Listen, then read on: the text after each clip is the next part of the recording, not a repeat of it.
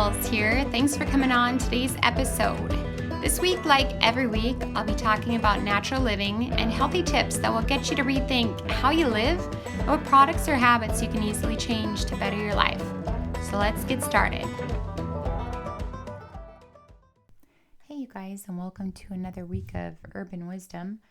Well, I do not get into politics normally, but when those politics start affecting our health, then it becomes my business. So our topic this week is liberty and a story of letting go. Now, what is liberty? Well, Merriam-Webster's dictionary states liberty as being the equality or state of being free, the power to do as one pleases, freedom from physical restraint, freedom from arbitrary or despotic control, the positive enjoyment of various social, political, or economic rights and privileges, and the power of choice. Now, my heart is just breaking for the people and Christians that have fought, died, and stood behind their beliefs. What are we doing? Where is America? She's hiding behind a mask of indecision and fear. People are fighting amongst themselves, neighbors and friends, guilt-tripping, belittling, or reporting on each other because they have different opinions. No more trust or liberty. No more loyalty and no leadership. I remember when men and women did not compromise on their beliefs to appease the masses or their friends. I also remember when friends would not have asked someone to compromise on their beliefs. But no more. It seems if you don't agree, you don't belong. If you choose to be an individual with liberty, you are an outcast. Our silent heroes sing a mournful tune in hopes that the nation will awake. Now, you guys, if you go to heatherearls.com/liberty, you're going to see a speech that was written by Patrick Henry. And that speech mirrors exactly what's going on today. And I would really encourage you to read it. Now, this next story is called A Man's Story of Letting Go. Where's my family? I'm sorry, sir, but your family's not allowed in the hospital. Then I'm going home. That's crazy talk. The man began unhooking his machines. You can't do that. Your body needs those machines to heal. Then let my family come. Due to COVID-19, that's not possible. The man started ripping out his IVs before the nurses could stop him. I am not the property of the state or this hospital, he stated as he continued to take out every needle. His body was weak, but his heart was strong. The nurses paged for the doctor. This man says he's leaving, one of the nurses stated upon the doctor's arrival. Now, settle down, sir. Let's get you back to bed and hook these machines back up, the doc said. Not unless you send for my family. The doctor tried to use force after seeing that reasoning with the patient wasn't working.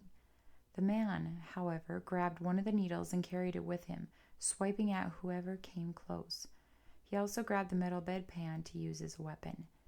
Making it to the elevator, he took it down to the first floor where he saw the exit sign. The nurses and doctor were yelling at him to stop as he stepped outside. You will die in a matter of a few hours if you leave this hospital. The man slowly turned to full height and looked at each staff member. I buried my wife last week because her cancer treatment stopped. If I die today, then it will be with the people I love, instead of cowering in an empty, cold hospital room. You don't have permission, and I refuse to release you, the doctor stated. You didn't give Jesus permission to be crucified, but he was. And you didn't tell the soldiers to fight, but they did. I'm not asking for your permission now either. After all, we are one nation under God, indivisible, with liberty. The most important thing God ever gave me was salvation and time. Time I'm going to spend in the loving arms of my family. The man turned without another word and started down the road toward home. Now, uniforms come in many shapes and colors. For this man, his uniform was a full-length gown with the back only held together by a couple of ties. The armor he wore was a different story, solid, unshakable, giving him an unmatched strength, the kind our country needs back. You may be one, but you are one. You may be weak, but God is strong. God gave us freedom in the very beginning when he told Lucifer he could not control us.